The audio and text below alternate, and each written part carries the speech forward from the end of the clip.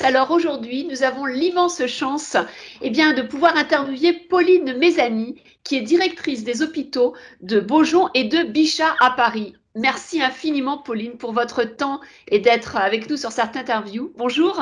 Bonjour. Alors, Pauline, vous êtes au cœur du management de l'incertitude. Vous avez piloté, dirigé des hôpitaux pendant cette crise du Covid. Est-ce que vous pouvez nous parler en fait de la spécificité de cette culture de l'hôpital? Comment on pourrait la définir et qu'est-ce qui s'est passé dans cette gestion de l'incertitude? Alors, c'est vrai que quand on travaille à l'hôpital, on intègre vraiment la culture de l'adaptation. Ça fait partie des gènes hospitaliers, on va dire, faire face à l'imprévisible et aux besoins de la population. Donc, on a ce qu'on appelle une obligation d'établir nos plans SSE pour situation sanitaire exceptionnelle. Donc, c'est une obligation ministérielle d'établir le plan de continuité d'activité et d'adaptation de l'hôpital en cas de crue de la Seine, de cyberattaque, d'attentat, d'épidémie, par exemple. Voilà, donc on travaille sur la préparation de nos organisations pour faire face à ces situations-là. Ça, c'est la partie, on va dire, un petit peu théorique. Après, dans la vraie vie, dans la pratique, un hôpital, c'est aussi faire face à des situations toujours inattendues. Puisque quand on fait face à, bien sûr, un accident massif de car ou qu'on a des dizaines de patients qui arrivent dans nos hôpitaux, il faut les prendre en charge. Voilà, donc ça, c'est des choses qui arrivent malheureusement. C'est un peu dramatique comme exemple, mais c'est une réalité. Un autre exemple, c'est quand on a eu à Paris la crise du verglas. Je ne sais pas si vous vous souvenez, avec les camions qui n'avaient plus le droit de rentrer dans Paris et qu'on avait des problèmes d'approvisionnement, eh bien, on est très vite coincé. Donc, sachant que l'hôpital ne peut pas s'arrêter de tourner, qu'on fonctionne 24 heures sur 24, 7 jours sur 7, on est forcément obligé de s'adapter très vite. Donc, c'est vrai qu'on a une culture de l'adaptation, aussi bien chez les docteurs, mais chez toutes les équipes administratives, logistiques, techniques, parce qu'on a cette obligation de fonctionnement H24, 65 jours dans l'année. Très bien. Et donc, en fait, quand il y a cette crise de Covid, alors je parle au présent, au passé, puisqu'on est en train de vivre un peu la seconde vague, qu'est-ce qui se passe en tant que manager, en tant que directeur? Qu'est-ce qui se passe? Quelles sont les grandes décisions que vous avez prises en termes de redéploiement, en termes d'intégration, en termes d'appel peut-être à l'extérieur?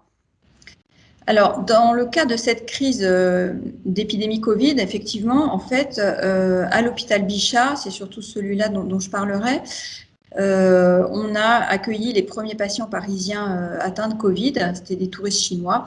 Et puis après, comme tous les autres hôpitaux, en fait, on a fait face à une montée très rapide du nombre de patients qu'il fallait accueillir. Donc, en pratique, ça s'est traduit par la réunion de la cellule de crise, puisqu'elle a été mobilisée tout de suite avec des docteurs, avec des cadres de santé et les forces de la direction concernée.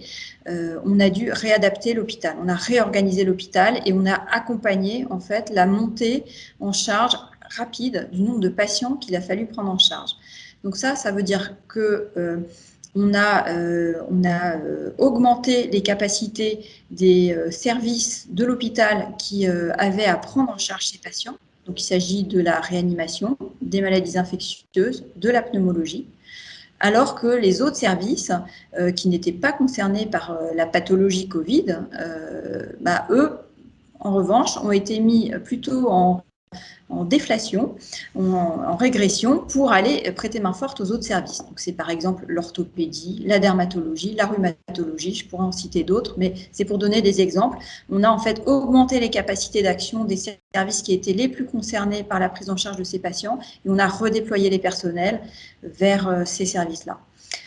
Ça, c'était une chose. Une autre chose, c'est qu'on a dû augmenter aussi notre capacité pour assurer une continuité 7 jours sur 7, 24 heures sur 24, y compris au plan logistique, administratif pour tenir la cellule de crise, et puis renforcer évidemment la présence médicale et paramédicale la nuit, au-delà des services qui ont cette charge en fait, de continuité H24, puisqu'on a eu jusqu'à 315 patients atteints de Covid qui nécessitaient des soins conséquents. Voilà, donc on a réorganisé comme ça l'hôpital dans son fonctionnement de façon assez sensible. On a réalisé aussi des conversions complètes de salles d'opération, par exemple, en réanimation. Donc c'est des réorganisations importantes.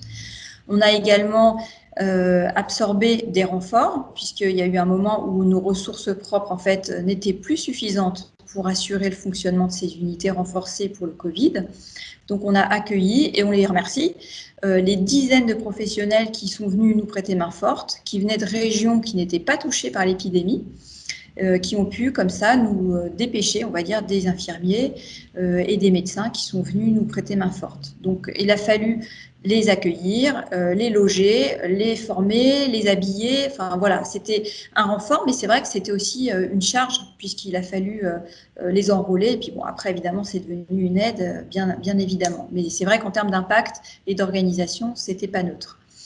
Un autre exemple, ça a été l'accueil de dons. Ça peut paraître anecdotique, mais on a eu beaucoup de dons. On était très heureux de les avoir, mais il fallait effectivement les gérer, les stocker, les distribuer de façon équitable pour remplir en fait, les intentions des donateurs.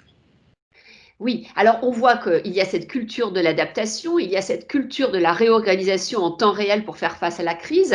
Et j'aimerais vous poser une question sur l'intérêt. Est-ce que les datas qui nous étaient fournies à peu près tous les soirs par, bien sûr, Santé publique France, par l'ensemble donc des politiques, est-ce que ces datas pour vous ont été une aide? Comment vous avez intégré cette culture data?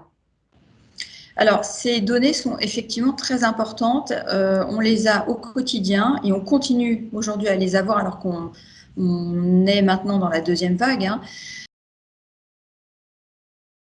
On ne sait pas très bien, mais en tout cas, ces données sont essentielles. Effectivement, on les regarde tous les jours, puisqu'en fait, l'épidémie, elle a cette particularité, on le sait maintenant, en fait, que en fait, les données de nouveaux cas Covid sont prédictives de ce qui va se passer dans les 15 jours qui viennent.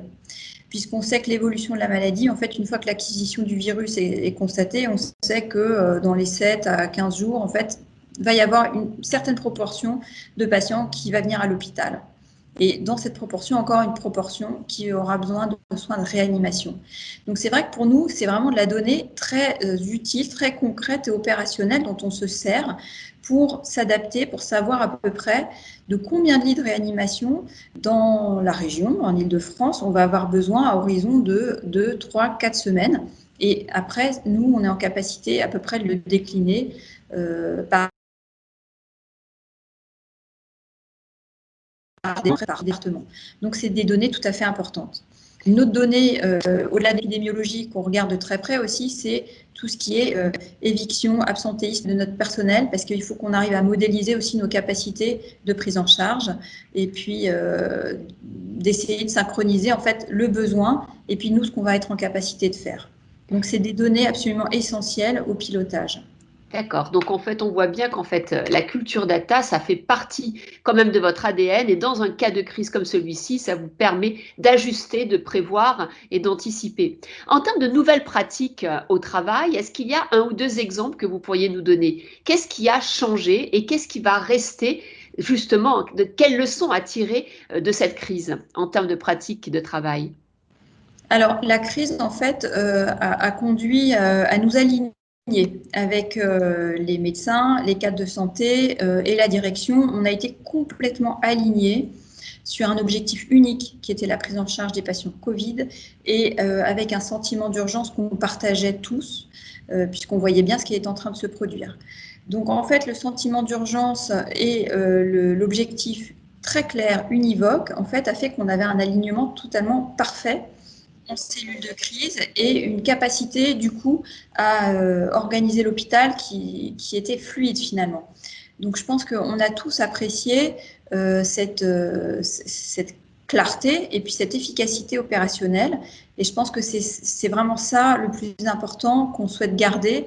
Et même si dans l'après-Covid, les objectifs se multiplient, on va avoir plus des agendas peut-être moins convergents, on va dire. Néanmoins, je pense qu'on a tous cette envie de garder cet alignement et cette efficacité. Donc, pour ce qui est des hôpitaux parisien et puis de Bichat en l'occurrence dont je peux parler, on a gardé cette idée d'avoir une cellule de crise finalement adaptée dans un contexte hors crise, mais qui continue à fonctionner dans cet esprit-là. Merci beaucoup, Pauline. Merci infiniment. Vous êtes nos héros. Vous nous avez sauvés. Vous continuez de le faire.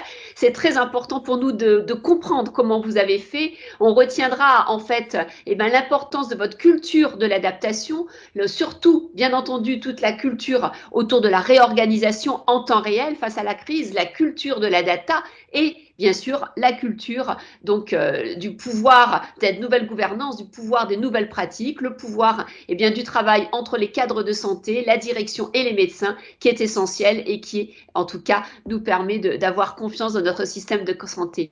Merci infiniment et puis on vous souhaite la bonne santé à tous et le meilleur. Merci Pauline. Au Merci revoir. Cécile, au revoir.